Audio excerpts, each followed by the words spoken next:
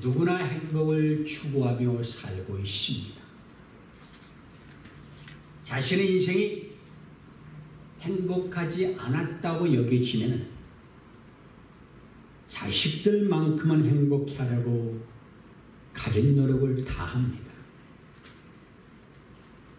행복이란 무엇입니까? 인간이 살아가는 동안 자신에게 주는 삶의 즐거움과 만족을 느끼는 상태를 말합니다. 물론 삶의 즐거움과 만족은 그냥 주어지는 것은 아닙니다. 어떤 사람은 아무리 노력해도 고난과 실패가 떠나지를 않습니다. 이런 경우 우리는 불행하다 그렇게 말을 합니다. 하지만 그런 사람도 언젠가는 자신의 삶에 최선을 다하며 반드시 행복한 날이 오리라는 것을 기대하고 삽니다. 따라서 행복은 노력으로부터 주어지는 선물이라고 말할 수도 있습니다. 인간이 어떤 때 행복을 느낍니까?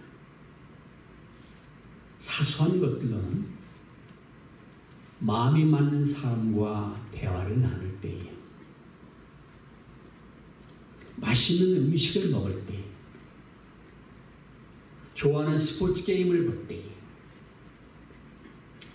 여행을 할 때, 하루에 일과를 마치고 편한 휴식을 가질 때,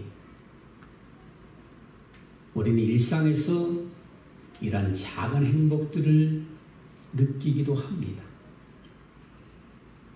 많은 사람이 성공하면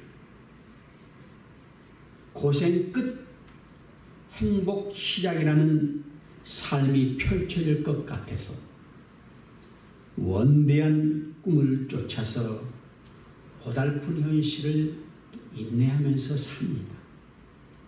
그러나 아직은 그렇게 원하는 꿈들을 이루지 못했기에 지금 행복하다고 말하기는 이르다고도 합니다. 그러나 여러분, 우리가 반드시 알아야 할 것이 있습니다. 행복을 위해서 꼭 필요하다고 여겨지는 것들, 즉 돈, 건강, 외모, 명예, 권세 등이 많을수록 행복할 것이라고 믿습니다. 그래서 내가 좀 더 행복해지기 위해서 많은 것들을 소유하려고 애를 씁니다. 이것이 착각이라는 것입니다. 많이 가졌다고 더 행복한 것은 절대로 아닙니다. 적게 가진 자들이 또 행복을 느끼기도 합니다. 재물이나 학벌이나 인기나 명예나 권세 등이 어느 정도 이상이 되면은 행복의 증가로 연결되지가 않습니다. 한 가지 예를 들면 목이 타는데 마실 물이 없으면 고통스럽습니다. 그런데 갈증이 해소되면 물을 많이 마셨다고 더 행복하지 않다는 것입니다. 목을 축이면 그만입니다. 돈이 없으면 힘들지만 돈이 많다고 많은 만큼 행복하는 것은 아닙니다. 결국 우리가 인생에서 추구하는 것들이 삶이 행복해지는 것과는 별개라는 말이기도 합니다. 우리는 불행하지 않기 위해서 불행할 정도로 애쓰며 사는 셈입니다. 내가 원하는 것을 갖기 위해 얼마나 많은 수고를 합니까? 그것 자체는 행복하다고 말할 수가 없습니다. 성경적인 행복은 자족하는 데 있습니다. 우리가 믿는 기독교가 현실은 무시하고 내세만을 강조한다거나 육신의 일은 멀리하고 영혼에 관한 것만을 중요시하는 종교가 아닙니다. 기독교는 영육간에 우리 삶의 모든 영역에 있어서 승리와 행복을 가져오는 생명의 종교입니다. 그래서 예수 그리스도를 바로 믿는 곳에서는 반드시 새 생명이 태어나고 새 인생이 시작이 됩니다. 하나님의 아들 예수 그리스도에 관한 소식을 복음이라 그렇게 말합니다. 복된 소식이라는 뜻입니다. 신앙생활 전능하신 하나님을 믿고 그 은혜로 사는 것입니다. 하나님께서 우리의 모든 것을 책임져 주시고 인도해 주신다는 것을 믿고 사는 것입니다. 그 은혜를 깨달은 다윗은 시편 23편 1절에서 여호와는 나의 목자시니 내게 부족함이 없으리로다 고백을 했습니다. 사도 바울 역시 빌립보서 4장 11절 12절에서 내가 궁핍함으로 말하는 것이 아닙니다. 어떤 형편에서니 나는 자족하기를 배웠나니 나는 비천에 처할 줄도 알고 풍부에 처할 줄도 알아 모든 일 곧 배부름과 배고픔과 풍부와 궁핍에도 처할 줄을 아는 일체의 비결을 배웠노라 그렇게 말을 했습니다. 자족이란 어떤 상태에서도 만족한다는 뜻입니다. 그 당시 바울은 사회적 신분과 지위가 대단한 사람이었습니다. 그런 그가 다메섹 도상에서 부활하신 예수 그리스도를 만나고 난 이후에는 삶이 정반대가 되었습니다. 그는 세상의 모든 것들을 배설물로 여기고 생명의 근원 되시는 예수 그리스도를 전하는 전도자가 되고 가난과 궁핍을 경험하고 온갖 고초를 다 겪었으며 죽을 고비도 수없이 넘겼습니다. 바울은 왜 자족하기를 배웠다고 말합니까? 그 전에는 자족하는 법을 몰랐다는 뜻이기도 합니다. 그가 복음을 전하면서 고통을 겪고 난 후에 비로소 자력의 신비를 터득한 것입니다. 여러분, 자력이라는 것이 쉽게 얻어지는 것이 아닙니다. 삶의 현장 속에서 값주고 배우는 것입니다. 사람은 환경의 지배를 받고 삽니다. 그런데 바울은 감옥이라는 고통의 현장 속에서도 기뻐했습니다. 그의 기쁨은 환경에 있지 않고 주님께 있었기 때문에 그렇습니다. 그러므로 그는 감옥에 갇혔을 때나 자의 몸이 되었을 때나 언제든지 흔들리지 아니하는 신앙을 가졌던 것입니다. 바울이 어떤 상황에서도 흔들리지 않고 기뻐하는 생활을 할 수 있었던 것은 그의 인생의 가치관이 바뀌었고 세속적인 행복이 아니라 영적인 기쁨을 맛보며 살았기 때문입니다. 누구든지 영적으로 부요하기만 하면은 어떤 상황에서 흔들리지 않고 자정하는 삶을 살 수가 있습니다. 오늘 여러분, 성도는 세상 사람들과 달라야 됩니다. 생각이 다르고 관심이 다르고 가치관이 달라야 됩니다. 진정 행복한 자는 세상 것을 많이 가진 자가 아니라 그리스도 예수 안에서 그 하나님이 주신 것에 만족하고 감사하는 사람입니다.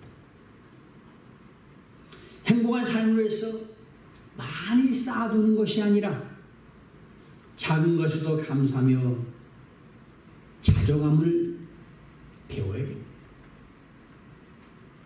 우리 택감하는 성도는 하나님의 섭리 안에 살아갑니다. 때로는 힘들고 어려운 일이 닥칠 때에도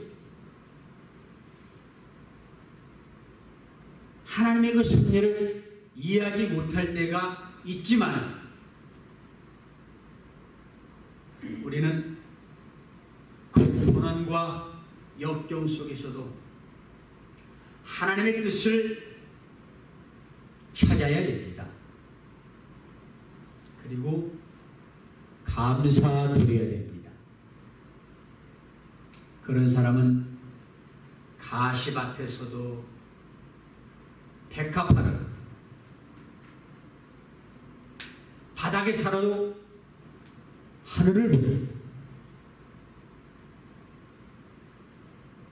이것이 믿는 자가 가져야 할 삶의 자세입니다. 억울한 일도, 불공평해 보이는 일도 하나님이 허락하신 것이다. 그 신앙, 이 믿음이 없으면 자족할 수 없습니다. 그 삶은 불평과 원망으로 가득합니다. 우리 인간의 욕망은 끝이 없습니다. 하나를 가지면 둘을 갖고 싶다. 오늘 여러분은 환경이나 사람을 바라보지 말고 내게 능력 주시는 자 안에서 모든 것을 가능케 하시는 주님을 바라보면서 어떤 고난도 참고 견딜 수 있는 믿음과 자족하는 마음을 가지시기를 주의 이름으로 부탁을 드리겠습니다. 이 세상은 잠깐 머지않아 하나님 앞에 설 날이 순식간에 다가옵니다. 시편 103편 15절 16절을 보면 인생은 그날이 풀과 같은 그 영화가 들의 꽃과 같은 그것은 바람이 지나면 없어지는 그 있던 자리도 다시 알지 못하거니와 그렇게 말씀합니다. 여러분, 우리는 세상 것을 쫓아 살아가지 마시기 바랍니다. 오늘 본문을 보면 이 땅을 사는 우리가 어떤 사람인가 교훈을 주고 있습니다. 다시 한번 읽겠습니다. 베드로전서 2장 11절 사랑하는 자들아 거루민과 나그네 같은 너희를 권하느니 영혼을 거스려 싸우는 육체의 정력을 제어하라. 베드로가 소아시아에 있는 성도들을 향해서 사랑하는 자들아 이렇게 부릅니다. 구원받은 사람의 마음속에는 사랑이 있습니다. 이것은 하나님의 사랑, 자비, 은혜를 경험했기 때문입니다. 요한일서 4장 11절을 보면 사랑하는 자들아 하나님이 이같이 우리를 사랑하셨은즉 우리도 서로 사랑하는 것이 마땅하도다 그랬고, 요한복음 13장 34절에도 새 계명을 너희에게 주노니 서로 사랑하라. 내가 너희를 사랑하는 것 같이 너희도 서로 사랑하라. 그렇게 말씀합니다. 이것이 진정 거듭난 사람의 모습입니다. 계속해서 베드로는 성도를 가르쳐 거류민과 나그네 같은 너희라 그렇게 부릅니다. 거류민은 자신의 집이 아닌 다른 곳에서 사는 사람이고, 나그네는 정처 없이 떠돌아다니는 사람을 말합니다. 그런데 세상이 말하는 나그네와 성경이 말하는 나그네는 전혀 다릅니다. 나그네는 갈 곳을 알지 못하고 길을 가는 사람입니다. 세상에 속한 사람이 어디서 무엇 때문에 사는지, 어디로 가는지를 알지 못하고 사는 불행한 사람들입니다.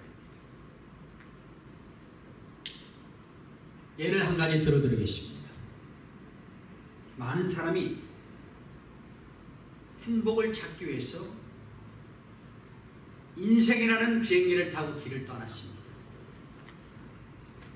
높은 고도에 올라 비행기가 안정됐을 때 비행기에서 안내 방송이 나옵니다. 비행기에 탑승하신 여러분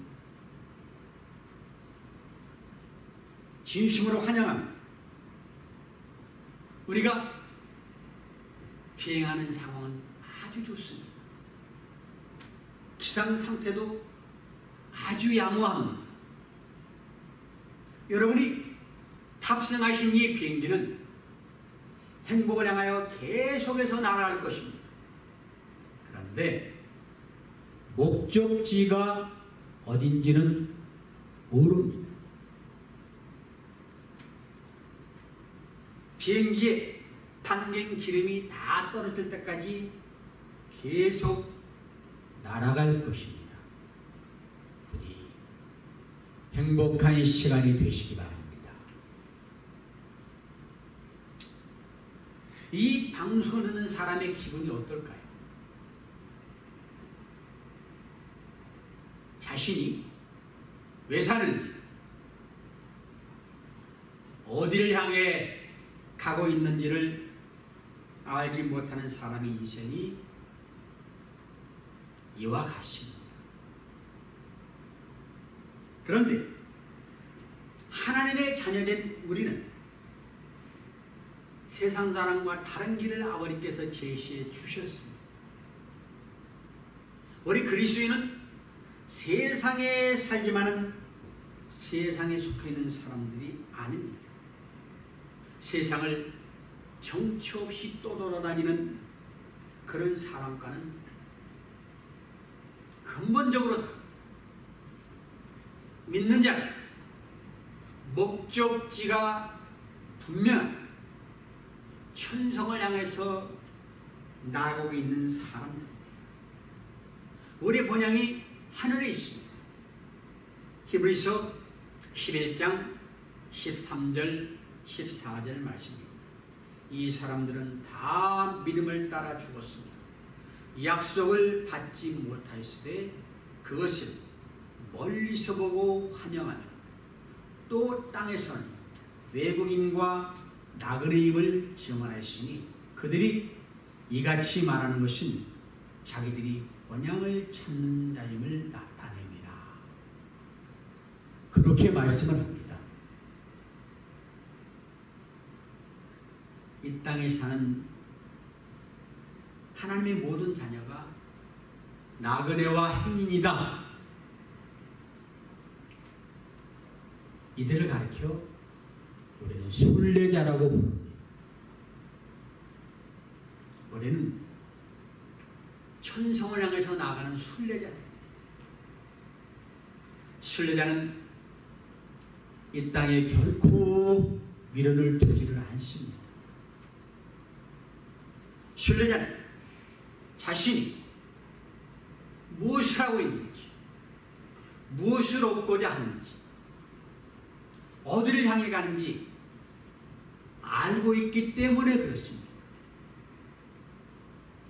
전 여러분들이 어떠한 존재인지를 분명히 아는 자가 되시기를 주의 이름으로 간곡히 부탁을 드리겠습니다. 우리는 하나님의 뜻을 이루기 위해서 지음을 받은 존재입니다. 우리 행복이 내 자신을 위해서 사는 데 주어지지 않습니다. 아무리 세상이 나를 행복하게 만들어준다고 해도 우리는 절대 만족을 누릴 수가 없습니다. 하나님 안에서만 참된 만족을 누립니다. 고린도후서 3장 5절이 우리가 무슨 일이든지 우리에게서 난 것 같이 스스로 만족할 것이 아니니 우리 만족은 오직 하나님으로부터 나느니라.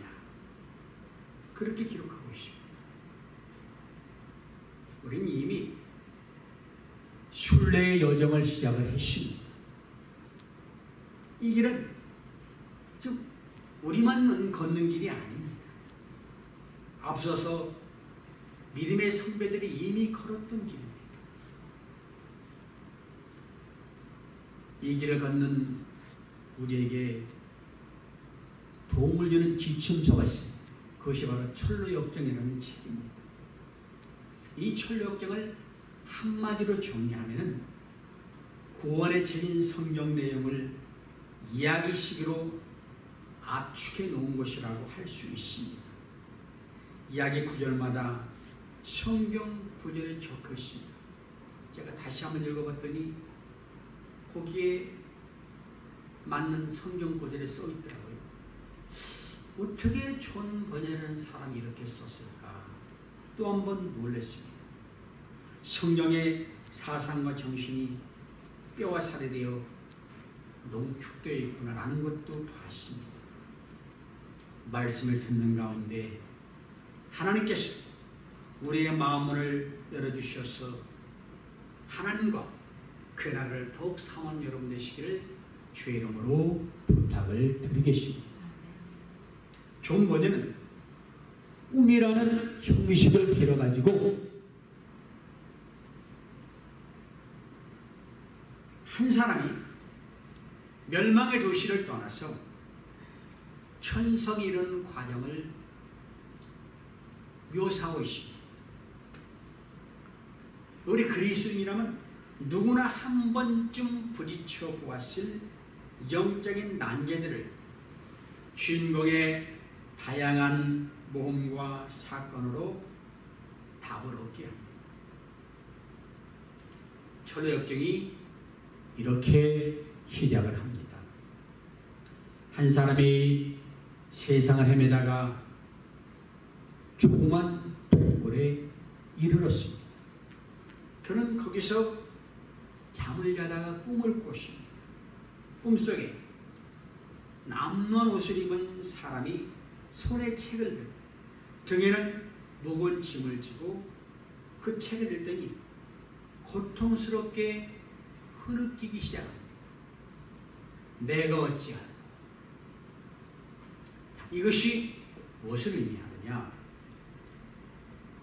장차 멸망할 조선에서 자기 나름대로 열심히 행복을 추구하며 살아왔던 한 인생이 막다른 길에 도달했습니다. 무가치하고 허무하고 아무런 희망도 가질 수 없는 세상에 대한 모든 미련을 버리고 동굴 속에서 잠을 잡니다. 이 세상에 대하여 절망에 빠져있는 모습입니다. 그가 꿈을 꿉니다. 이 꿈은 세상을 소망해서 가는 길이 아니고 영원한 천국을 향해 나아가게 하시고자 하는 하나님께서 주신 꿈입니다. 내 꿈에 한 사람이 아주 초라한 옷을 입고 등에 무거운 짐을 지고 있습니다. 그것은 자기의 실상을 보는 것입니다. 여러분, 천국을 향해 가는 순례자의 자격은 먼저 자기의 실상을 깨닫는 데 있습니다. 내가 어떤 자인가, 이것이 대단히 중요합니다. 시편 49편 20절 보면 사람이 존귀에 처하나 깨달음이 없으면 멸망할 짐승과 같도다. 그렇게 말합니다. 내가 깨닫지 못하면 짐승과 다를 바 하나도 없습니다. 영적인 세계에 눈이 열리면 제일 먼저 자신의 비참한 상태를 깨닫게 됩니다. 지금 꿈에 보고 있는 그 남는 옷을 입고 있는 사람이 누군가 할 때 바로 자기 자신입니다. 과거에는 한 번도 이렇게 자기를 본 적이 없습니다. 예전에 나는 깨끗해, 의롭고 선한 줄 알았는데 이제는 추하고 불의한 자인지를 알게 됩니다. 멸망할 수밖에 없는 자임을 고백하게 됩니다. 이사야 64장 6절을 보면 무릇 우리는 다 부정한 자 같았으니 우리의 의는 다 더러운 옷 같으니. 내가 자랑했던 의가 더러운 옷 같다고 했어요. 하나님의 은혜가 임하면 이렇게 영적인 자각이 일어납니다. 이런 과정이 없이 중생한 거듭난다는 것은 있을 수가 없습니다. 여러분 스스로에게 한번 물어보시기 바랍니다. 자기 자신을 이렇게 본 적이 있습니까? 자기의 실상을 깨닫는 다윗은 이는 내 죄가 뭐들어봐도 많다 그랬습니다. 사도 바울은 내가 죄인 중에 괴수라고 했습니다. 이사야는 내가 화가 있으리라고 했습니다. 존 번연도 회고록을 보면 나는 더러운 자다. 내 죄가 내 속에서 솟는 것이 마치 샘물이 샘에서 나오는 것 같고 이 세상에 내 마음과 짝할 것은 아마 나밖에 없을 것이다. 악마밖에 없을 것이다. 그렇게 고백했습니다. 그 누구도 자신 머리털부터 발끝까지 성못이 없는 문둥이 같고 추악한 자라는 인식이 없는 자는 천국에 들어갈 수가 없습니다. 우리 예수님을 죄인의 친구라 그렇게 말씀하십니다. 죄를 아는 만큼 예수님을 알고 예수님을 아는 만큼 죄가 보입니다. 죄를 모르는 사람은 예수님을 알 수가 없습니다. 우리는 예수 밖에 있는 자들의 실상을 알아야 됩니다.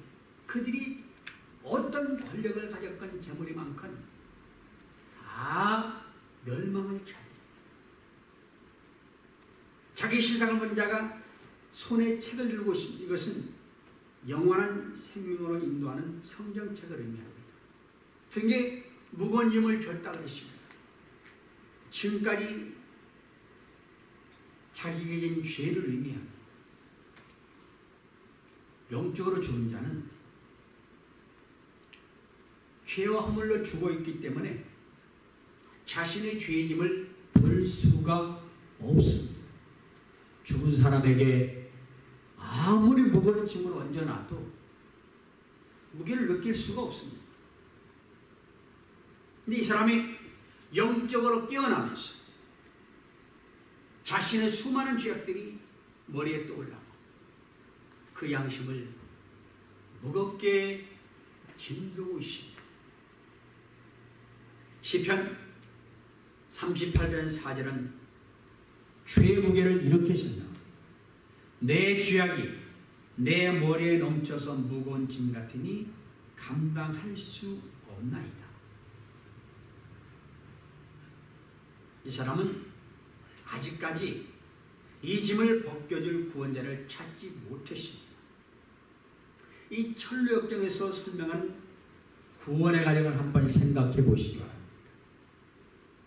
요즘은 이런 과정들이 없이 즉시 모든 죄를 해결할 구원자로 예수를 소개합니다.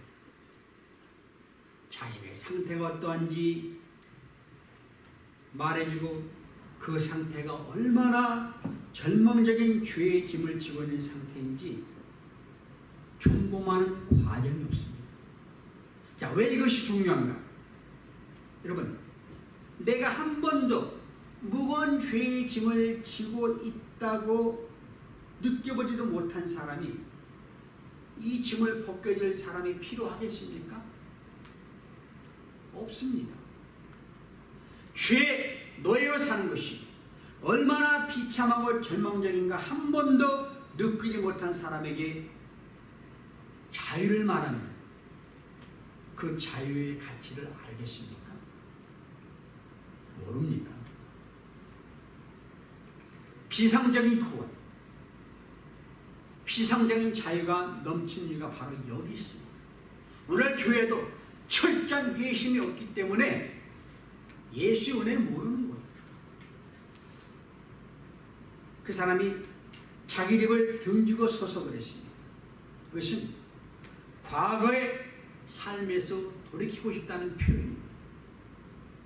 멸망할 세상 속에 있는 자기 집.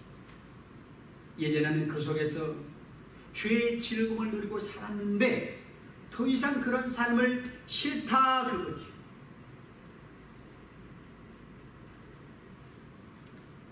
믿음으로 술래기를 떠나기 위해서는 이렇게 자신의 죄된 상태와 그 삶을 혐오하고 거기서 돌이키겠다는 마음이 절대적으로 필요합니다.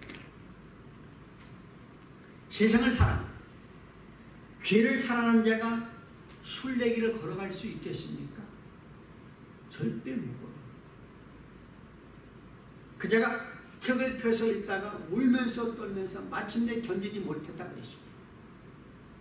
여러분, 성경을 통하지 않고서는 인간의 실상을 알 수가 없습니다. 그는 성경에서 자기의 상태를 발견합니다. 어떻게 구원을 얻을 수 있을지 구원을 갈망하는 자가 되었습니다. 여기서 우리는 거듭나는 것이 하나님의 말씀 없이는 될 수 없다는 것을 보여줍니다. 말씀이 아닌 것은 거듭남의 수단이 되지를 못합니다.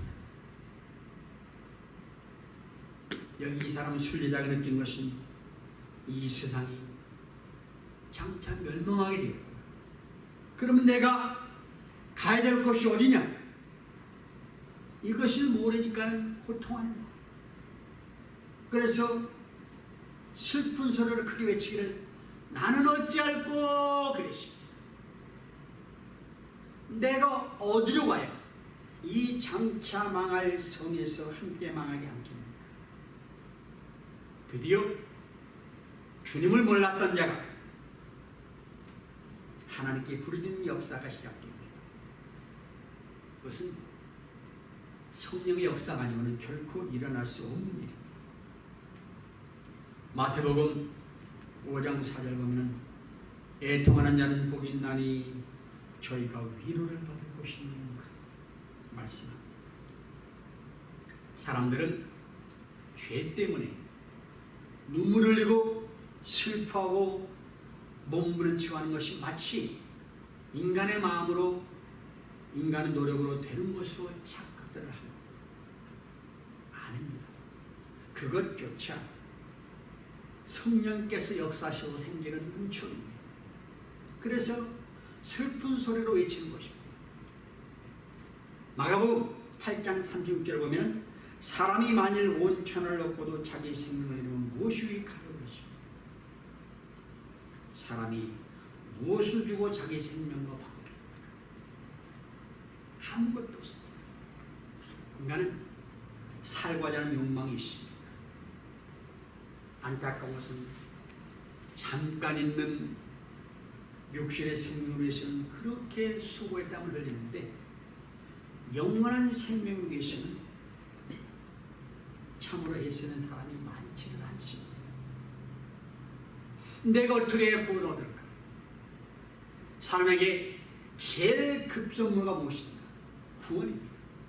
물에 빠져 사람이 죽어가는데 그 사람에게 먹은 것을 준 데는 무슨 소용이 있고 좋은 옷을 준 데는 무슨 소용이 있습니까? 돈을 줘도 아무 소용이 없습니다. 물에서 일단 건져내야 돼. 지금 많은 인생들이 취약으로 인하여 영원한 사모로 달려가는 그들에게 돈, 명예, 권세가 뭐가 필요합니까? 다 필요 없어요. 죽음에서 건짐하게 됩니다. 죄악된 세상에서 헤매다가 속절없이 멸망하는 인간들에게 예수 그리스도로 통한 생명의 복음을 전해야 됩니다. 저는 여러분들이 그 일에 쓰임받기를 간절히 부탁을 드리겠습니다. 광야 같은 세상에서 방황하는 나그네가 그렇게 자신의 실상을 앓고 구원을 위해서 몸부림치는데 어떻게 가족들의 조롱이나 압력을 이기고 순례길을 떠나는가 앞으로 살펴볼 것입니다. 은혜를 삼할 때 하나님께 여러분에게 많은 은혜를 주실 줄도 믿습니다. 우리